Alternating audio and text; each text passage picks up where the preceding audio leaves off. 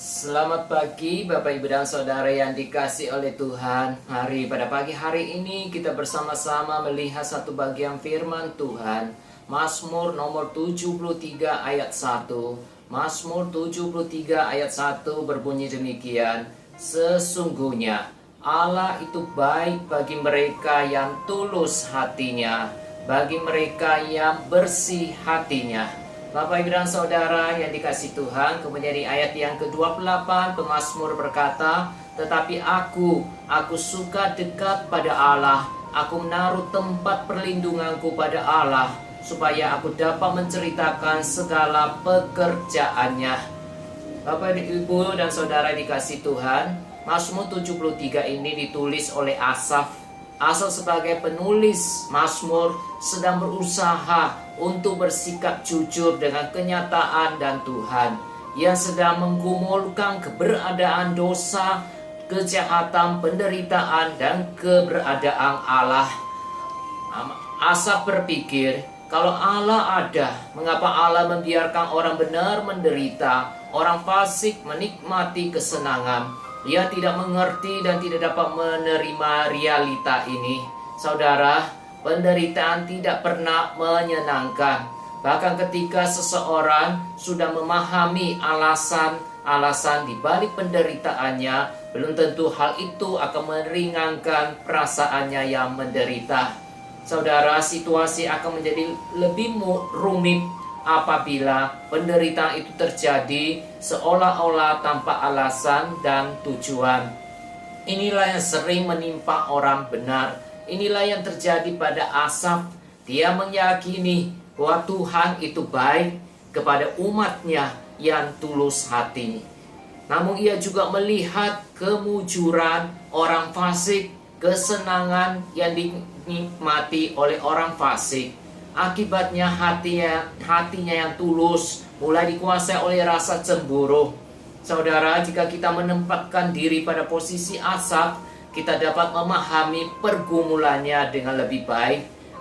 Karena Asaf adalah seorang Israel yang percaya kepada Tuhan, dan sebagai seorang Israel yang taat kepada Tuhan dan perjanjiannya, Asaf yakin ajaran hukum Taurat tentang berkat dan kutuk yang menyatakan taat mendatangkan berkat dan dosa mendatangkan celaka. Dan Allah membuat perbedaan antara orang yang benar dan orang yang fasik.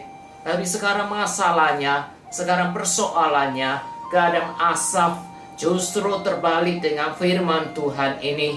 Asaf mengalami banyak penderitaan sebagai orang percaya, sementara orang-orang fasik menikmati kehidupan yang menyenangkan. Tapi puji syukur kepada Tuhan, misteri ini bukan tanpa jawaban. Karena di ayat 17-18 Asaf berkata, "Sampai aku masuk ke dalam tempat kudus Allah dan memperhatikan kesudahan mereka, sesungguhnya di tempat-tempat licin kau taruh mereka, kau jatuhkan mereka sehingga hancur." Saudara yang dikasihi Tuhan, titik balik dalam pergumulan Asaf terjadi di hadirat Tuhan. Terjadi di hadirat Tuhan di ayat 17. Dan titik akhir pun terjadi di sana di ayat yang ke-28. Asaf belajar melihat realita kehidupan dalam terang hadirat Tuhan. Perspektif dari atas bukan dari bawah. Asaf belajar melihat dari perspektif dari atas bukan dari bawah. Ia sekarang tidak berfokus pada persoalan lagi, tetapi pada Tuhan. Asaf mengalami perubahan sikap setelah perjumpaan pribadi dengan Allah di tempat kudusnya. Apa yang Asaf pelajari pada perjumpaan tersebut?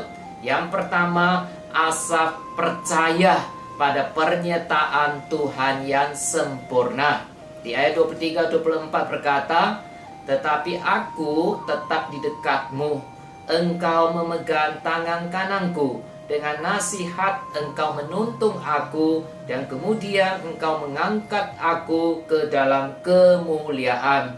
Kebenaran ini perlu diingat selalu Bapak Ibu dan Saudara, pada saat di dalam penderitaan berat, Kita seringkali merasa ditinggalkan sendirian oleh Tuhan. Kita merasa Dia tidak mempedulikan kita. Kita sudah mencoba mendekatkan diri kepadanya, tetapi sepertinya Dia terlihat jauh dan sepertinya terasa Dia begitu jauh. Tetapi saudara yang dikasihi Tuhan, perasaan seperti ini ternyata menipu kita. Tuhan itu selalu aktif dalam seluruh proses pergumulan yang kita alami. Dia bekerja di belakang layar. Kita mungkin tidak memahami hal ini, tapi mari kita tetap percaya akan janji ini. Yang kedua, apa yang Asaf pelajari? Asaf mulai mengenal dan menjadikan Tuhan sebagai harta satu-satunya.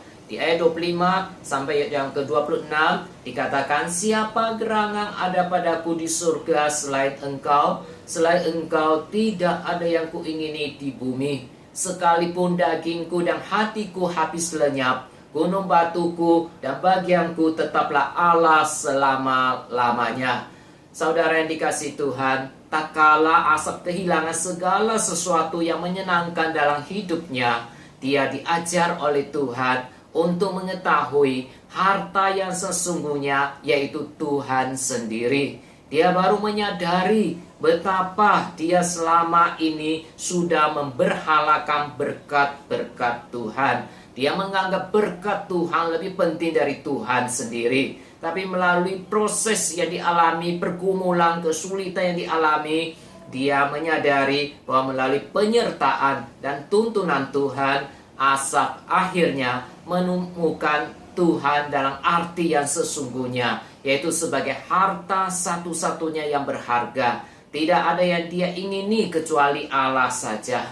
Tak kala Allah menetapkan kita untuk kehilangan sesuatu, sebenarnya Allah sedang menuntun kita untuk menemukan sesuatu yang lebih baik. Bapak, Ibu, dan Saudara sekalian, kita akan menemukan Dia di dalam kehilangan kita. Kehilangan akan menjadi keuntungan. Tuhan Yesus memberkati setiap kita. Mari kita berdoa.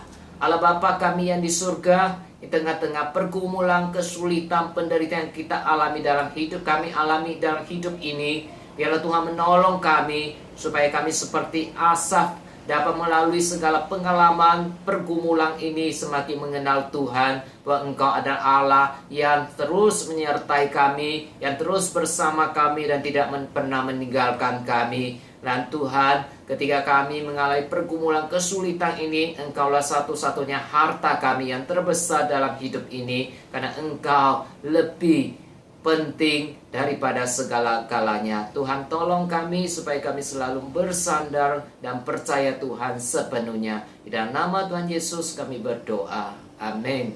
Tuhan Yesus memberkati saudara sekalian.